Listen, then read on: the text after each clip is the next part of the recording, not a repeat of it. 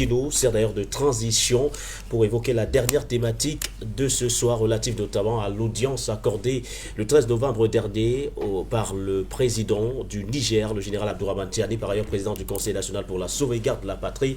Une audience accordée donc à ce monsieur, d'ailleurs en image, il s'agit de Guillaume Kigba-Fori Soro, l'ancien Premier ministre de Côte d'Ivoire, lui qui a donc été reçu et qui n'a pas manqué d'éloges vis-à-vis notamment du peuple nigérien à qui il a témoigné sa gratitude. Au passage, il a taclé le président actuel, Alassane Dramane Ouattara, le président de la Côte d'Ivoire et les dirigeants de la CEDEAO, qui n'adhèrent pas, selon les termes utilisés par ce dernier, aux principes démocratiques. Le passage de Guillaume Kigba-Fori Soro du côté de Niamey est pourtant loin de faire l'unanimité. Docteur Yamtiba, je démarre par vous, parlant justement de ce premier tour de table sur la question.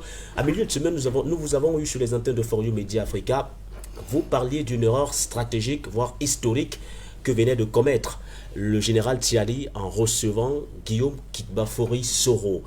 Est-ce que 3 jours plus tard, votre position a évolué sur la question? Pas du tout.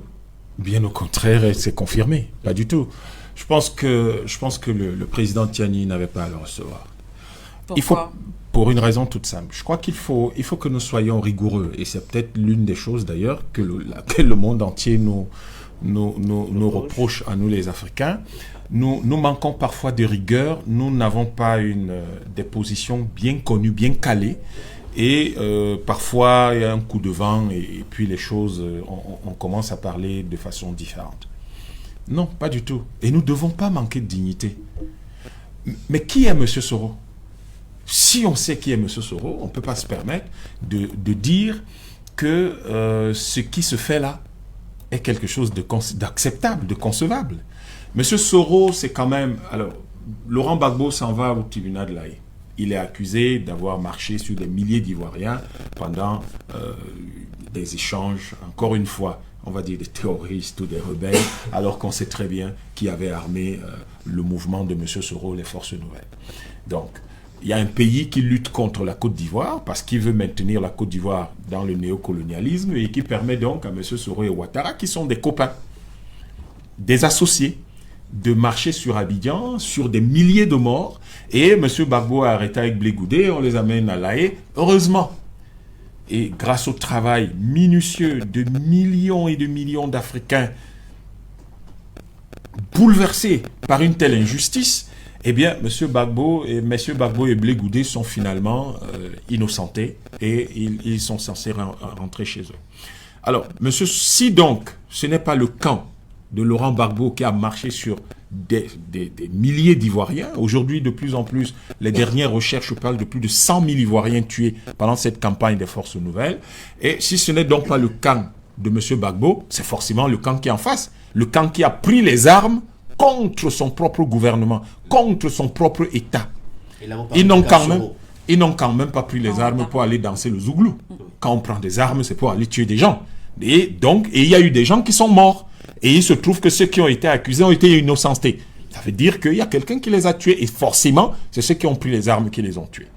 Et ils se sont empressés de donner la nationalité. M. Soro était encore au pouvoir, était encore dans les bonnes grâces, il s'entendait encore bien avec son associé. De donner la nationalité à celui qui servait de relais entre la France et eux, et entre tout l'Occident et eux, M. Compaoré, qui est curieusement, vous êtes président d'un pays, vous abandonnez la nationalité du pays que vous avez dirigé pendant 27 ans pour aller prendre une nationalité étrangère. Je ne sais pas si dans l'histoire une telle chose s'était déjà produite. Donc l'Afrique, parfois, l'Afrique du néocolonialisme est un continent des choses inédites. Mais bon, passons. Donc ce monsieur qui a détruit son pays, qui a marché sur des milliers de cadavres dans son pays, est reçu par un président d'un pays qui se bat contre le néocolonialisme, alors que M. Soro est le fruit le plus abouti du néocolonialisme en Afrique. C'est-à-dire que, parce qu'il est l'homme qui allait là-bas pour que la Côte d'Ivoire soit maintenue dans le joug, dans le giron de l'Occident, puisque M. Gbagbo voulait sortir de là. Il avait un projet de monnaie, et il demandait qu'on paye le cacao à 20 000 francs le kilo et non pas à 800.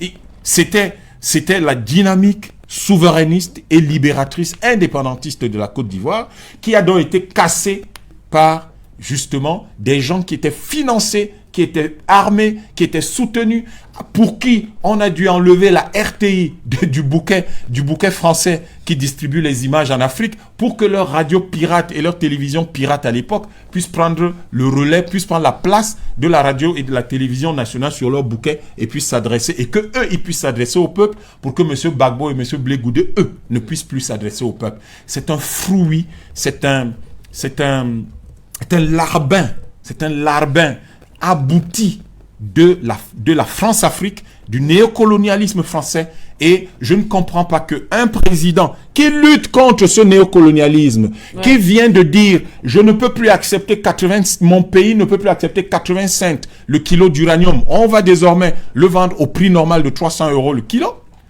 Je ne comprends pas très bien comment lui qui lutte contre le néocolonialisme, contre la France-Afrique, va recevoir le fruit le plus abouti de la France-Afrique et du néocolonialisme. Même si ce président a été victime d'une menace d'intervention militaire. Ce n'est pas du tout... On gère pas les... Non. Un État gère des problèmes d'État. Quand vous êtes chef d'État, vous ne gérez pas les problèmes d'individus. Ça ne vous concerne pas. Vous gérez les problèmes d'État. La Côte d'Ivoire a menacé, a porté, a mobilisé des gens pour aller faire la guerre contre le Niger, pour rétablir un autre pion abouti de la France-Afrique du néocolonialisme qui n'est plus au pouvoir au Niger. Mais cette même Côte d'Ivoire, il y a quelques jours, ce même président, puisqu'il s'est rendu compte qu'il ne pouvait même pas le faire, que c'était impossible. Il croyait que le Sénégal allait le suivre. Le Sénégal ne pouvait pas le suivre puisque le Parlement sénégalais ne pouvait pas donner son accord pour une chose pareille. Le Nigeria, je crois que vous avez suivi que les dignitaires du nord du Niger et le Sénat du Niger ont dit à leur président de ne même pas essayer d'y penser. Donc, il n'avait personne avec qui aller faire cette guerre-là. Et il a démobilisé ses troupes. Il a lui dit lui-même qu'il a même payé les primes des militaires et que désormais, c'est la voie diplomatique qui va prévaloir.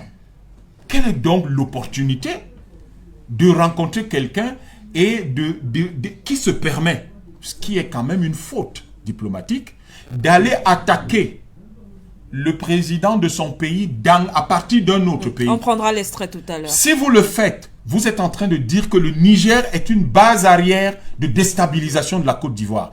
Est-ce que le Niger a besoin de ça en ce moment? Est-ce que le Niger a besoin de ça en ce moment? Et vous avez certainement suivi sur la toile, ça commence sérieusement. Et ça, c'est l'erreur historique, c'était ça. L'erreur stratégique, c'est que ça commence effectivement à susciter des questions auprès de l'opinion nigérienne, qui commence à se demander, mais pourquoi ce monsieur est arrivé chez nous? Qu'est-ce qu'il venait chercher chez nous? Pourquoi est-ce qu'on l'a reçu dans le palais de notre pays? Puisque historiquement, ça restera qu'il y était entré sous le général Tiani. Donc, de mon point de vue, c'est une erreur à la fois stratégique et historique, ce d'autant plus que vous n'en voyez pas la valeur ajoutée. On n'est plus à un moment où la Côte d'Ivoire voulait faire la guerre au Niger, avec la CEDEAO. On n'est plus à un moment où la Côte d'Ivoire disait, on ne sait pas trop, il gesticulait là, il voulait mobiliser des gens, mobiliser 800 hommes pour aller faire la guerre à une armée de 47 000 hommes. Bon, je n'ai pas très bien compris quelle était la stratégie militaire derrière. Et cette même Côte d'Ivoire dit, on va faire la diplomatie désormais. Donc, je crois qu'en fait, nous devons... C'est cette rigueur-là, c'est à cette rigueur que je nous appelle. Vous êtes en train de lutter contre la France-Afrique et contre le néocolonialisme. Vous ne pouvez pas recevoir les suppôts, les larbins du néocolonialisme et de la France-Afrique chez vous, dans votre palais. Ce d'autant plus que ces larbins-là ont marché sur des milliers de cadavres dans leur propre pays. Vous ne pouvez pas vous permettre ça. Dans des pays normaux, il devrait, ce genre de personnes, si la CPI n'était pas l'instrument aux mains de ceux qui ont soutenu M. Ouattara et M. Comment vous l'appelez, Guillaume Soro, pour qu'ils arrivent au pouvoir, la CPI, après avoir innocenté M. Gbagbo et Blé Goudé, aurait dû immédiatement poursuivre ces deux-là, puisque en face de M. Gbagbo et M. Blé Goudé, c'était eux. Et comme M. Gbagbo et M. Blé Goudé sont innocents, il a été prouvé qu'ils étaient innocents, ça veut dire que c'est leurs vis-à-vis qui sont donc coupables des assassinats et des morts qu'il y a eu en Côte d'Ivoire. Mais comment on fait en Afrique? Comment on fait pour ne pas avoir la rigueur suffisante pour dire ce genre de personnes, ce sont des pestiférés qu'il faut éviter de rencontrer. Comment on fait ça en Afrique? On est toujours en train de dire non, on va voir, on va faire ci. Quels seront les repères que nous allons laisser aux enfants? Quels seront les repères que nous donnons à la société? Voilà pourquoi j'ai dit que c'était une erreur stratégique et historique. Merci à vous, Dr Yongtimba. Erreur stratégique et historique. Nous, les autres... N'oubliez surtout pas de vous abonner et d'activer la cloche de notification pour ne rater aucune de nos prochaines vidéos.